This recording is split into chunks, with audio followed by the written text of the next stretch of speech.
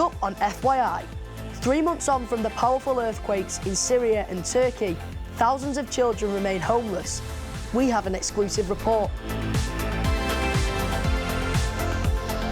And Dr Ranj gives us advice on how to look after our mental health.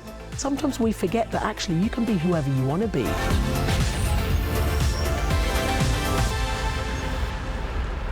Hello, this is your weekly news show FYI. Not only do we have info on the latest news, here you also get the chance to report on your own stories. And May marks 3 months since the really powerful earthquakes in Turkey and Syria, so we have an exclusive report from the children who were affected there. Hundreds of buildings were destroyed in both countries. Millions of families and children were left homeless with limited access to essential supplies like water and medicine. Huge tented camps have been set up by charities. As well as shelter, these camps provide food, clothes, and children can go to school. There is also support to help children cope with what they've experienced. An FYI film crew went to Gaziantep in Turkey, so some of the children living in these camps could share their story and report on what their lives have been like 3 months on from the devastating earthquakes.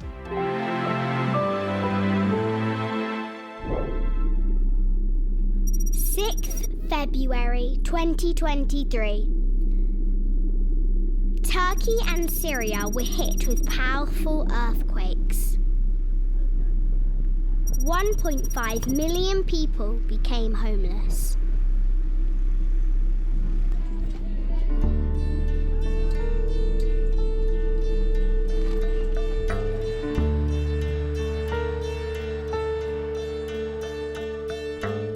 When the earthquake happened, we were trapped with my mum because the wardrobe had blocked the door.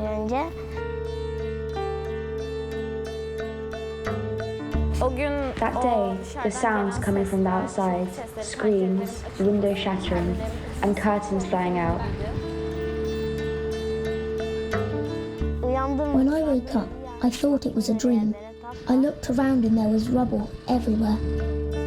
I was very frightened during the earthquake and very sad when I found out my school was closed.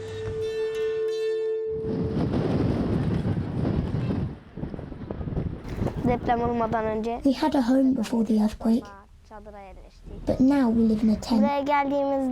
When we came to the camp, they brought beds and a heater. I feel safe here. There is warm food and somewhere to play.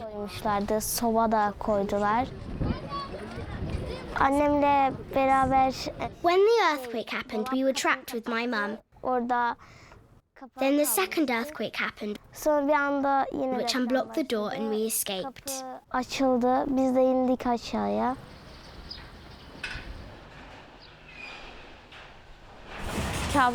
did not think something like this could happen. The next day, I said I need to wake up, but it was not a dream.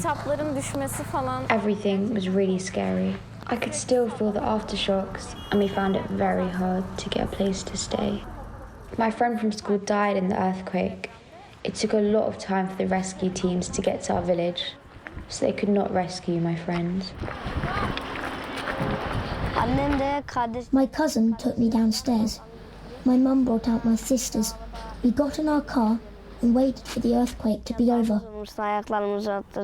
We stayed in the car for 10 days. It was really cold sleeping in the car.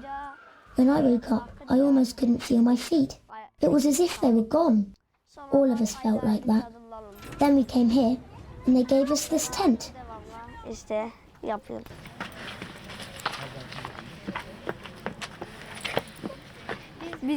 is our tent.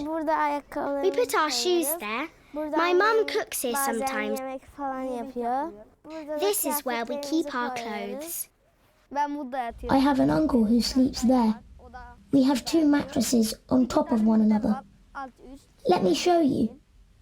We spread them out, as you can see. We have a heater here. We keep it on so it won't be too cold.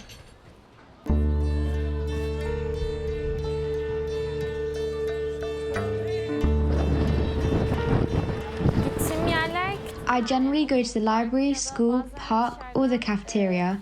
There's so many good books. Time goes by quickly there. I sometimes play chess with friends. That's fun. Bir tane örnek yazacağım. Hidrojen Okula gelmek aslında... Also, going to school takes your mind off the day of the earthquake. When you focus on other things, you forget about that day. The school helps me out with my lessons, but also my emotions. So, I really like it there. Okulda At school, I really like maths because I'm good at it. Şimdi ne yapmak istersin? 8'ler. 8'ler olur. ben sınıf öğretmenim çok I really like my teachers because they have been so nice to me since I came here and even shared their food with me. Beşer beşer büyütebiliriz istersen. 20 eksiği. ama sonra It felt a bit odd when I first came here, but then I got used to it. Now I really like my classmates and have a lot of fun with them. benim en sevdiğim My favorite game is tag because I run very fast. I'm really good at running.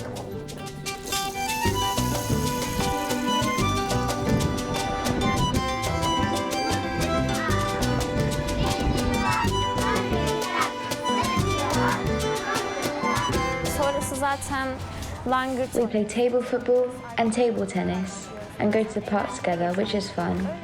We don't have action-packed days, but we're still enjoying ourselves. Eğleniyoruz.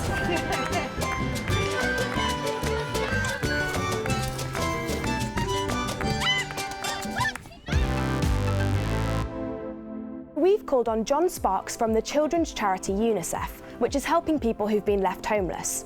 The children in the video look really happy, but is this going to be their long-term home? So they look happy now, but if we think about what they've been through, they've seen their schools destroyed, they've seen their homes destroyed, many of them will have been separated from their families as well, and that's where it's really important that we do things which are seemingly normal, like carry on with their education. So 3 months on and families are still really needing your help. So how long until they'll all have permanent homes? It's going to be a very long time. The distraction is huge. So UNICEF and other organisations will be there for the long term.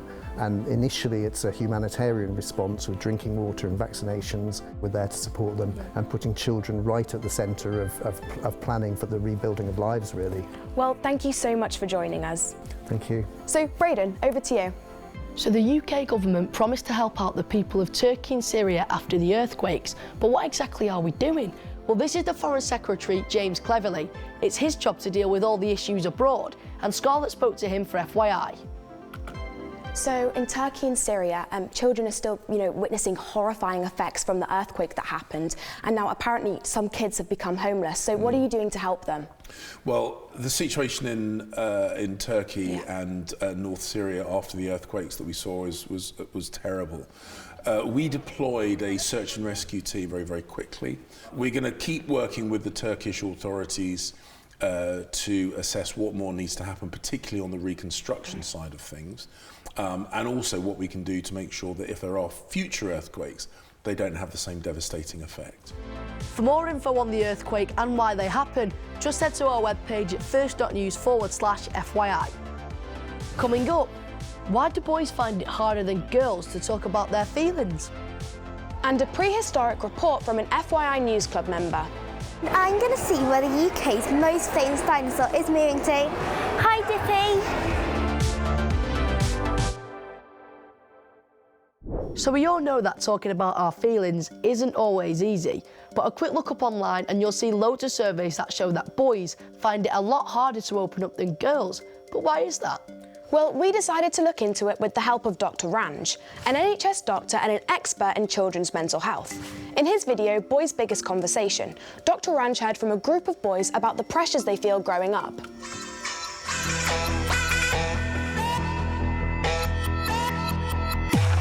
I don't like the shape of my teeth, really. That's why I don't smile much. I'm kind of a skinny person, so obviously being more muscly would be something I'd like. When my granny sees this, she'll go mental.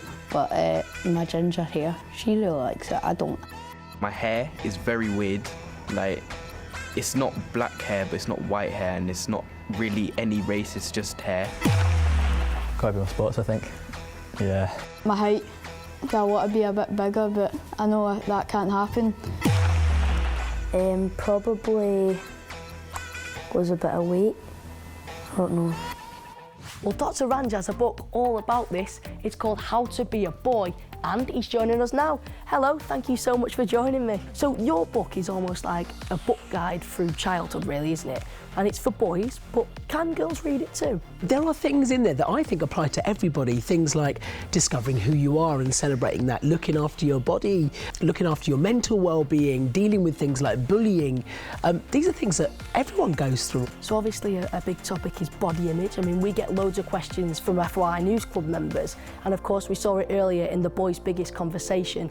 Body image, I mean, some boys just never feel like they look good enough. Actually, boys think about body image just as much as everyone else, but we don't get to talk about it. You might see pictures of how people are online or on screen and think that you have to be that way, and that's not necessarily the case. I think that boys and young men these days get bombarded with so many messages about how they're supposed to be. And sometimes we forget that actually you can be whoever you want to be. And actually when you're struggling, it's really important that you speak to somebody about it. So a relatable one that's coming up at the moment, for me, I've got my exams, is stress and anxiety. Now, how do boys and girls cope with that kind of stress? When it comes to exam stress specifically, remember you're not alone. Lots of people are in the same boat, so talk to each other. You know, get advice and tips from each other, help each other out. Just as important as spending time on the learning is taking a break, having some time to yourself, and if you can, do a bit of physical activity to diffuse that stress. Boys can be quite mean to each other and then try and make it out like it was just a bit of banter. But really, sometimes words can hurt, and if it carries on, it can eventually lead to bullying.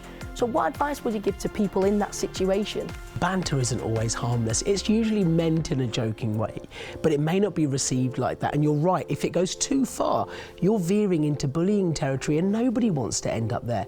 Remember that if you're being bullied, it's never okay. Speak to someone who can help you out, and that might be a responsible adult or a grown-up, a teacher or someone at home. Let them know what you're going through. Thank you very much for joining me. Thanks for having me.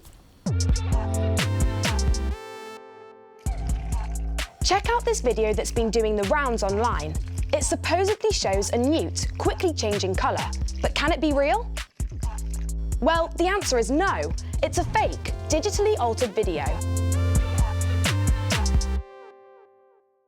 So Scarlett, have you seen that a dinosaur has been spotted moving from London to Coventry? That sounds like another fake news story to me. Well, actually, Dippy, the massive replica skeleton that used to be in the Natural History Museum, has now made its move to its new home in Coventry. We sent an FYI News Club member to meet it. Here's Ottilie's report. This is Dippy the Diplodocus. There are 292 bones and it's 26 metres long. That's twice as long as a bus. It was on display at the Natural History Museum in London for 110 years. But since then, Dippy has become one of the most travelled dinosaurs in recent history. It has already visited 8 cities in the UK. While it was on tour, 2 million people came to say hi. Now it's my turn to pay it a visit in its new home in Coventry. Hi Dippy, how was your journey? Okay, not up for talking. I get it. Let's talk to someone who is. Hi Lorraine, you work at the Natural History Museum, so you must have seen how popular Dippy is. What do you think is the secret of Dippy's popularity?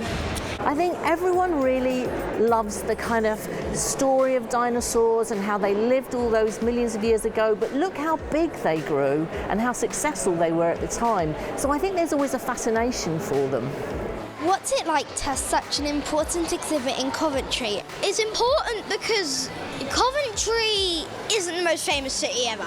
So really it's nice that we've got something really good, a tourist attraction. What have you learnt today? The Diplodocus is absolutely massive. I really like Dippy's tail because it like wraps around and it looks like a needle, and it must be like very hard to not break when they discovered it. I think that's cool. Well, I've learned that it's a very nice dinosaur to see, and dinosaurs have 86 more bones than human body. What's it like to have such an important exhibit in Coventry? It's really important because we had City of Culture during 2021, and now having probably the most famous dinosaur in the UK for 3 years is just brilliant. Thanks, Ottilie. If you have a story and want to report for FYI, why not set up an FYI News Club at your school? For more information, head to our webpage at first.news/FYI. See you next time. Bye.